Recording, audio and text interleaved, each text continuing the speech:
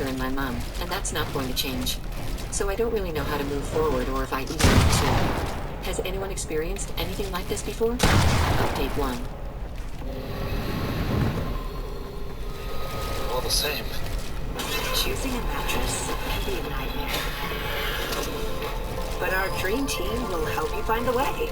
Only at your local brick mattress store. Thank you so much to everyone who commented. I replied to as many as I could, but I read all of them. Warning, this is going to be longer than the original post. A lot has happened. I thought it over, and once I decided to end things with him, I knew that the main issue would be getting him out of my house. I own the house outright.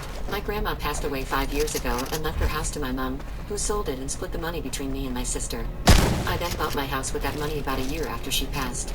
I got in touch with my stepdad's friend, who was a landlord, the day after I wrote my original post, and he then put me in touch with his solicitor.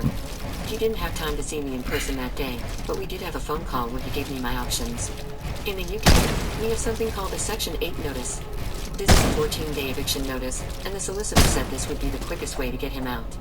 However, he could try to contest it if he wanted to, which would lead to court dates and could take months. I asked him to draw up the notice and date it for Friday, the next day. I had already made the decision to end things with him after work on Friday so that he could have the weekend to sort through his emotions before work on Monday. On Friday morning, I texted Rob and asked him to meet me at our local pub after work. He quickly agreed. Not only is the pub a public space, but my stepdad and a few of his work friends go there every Friday after work for a few pints, so I knew he would be there to step in if I needed him. I also picked up the eviction notice on my lunch break, so I was ready to give it to him. It cost £250, but it was worth it. When I got to the pub, Rob was already there, and my stepdad was standing at the bar with his workmates. I sat down with Rob and got straight to the point. I told him that it was over. I couldn't be with someone who didn't give me any support when I was going through one of the scariest moments of my life and expected me to drop my family for his.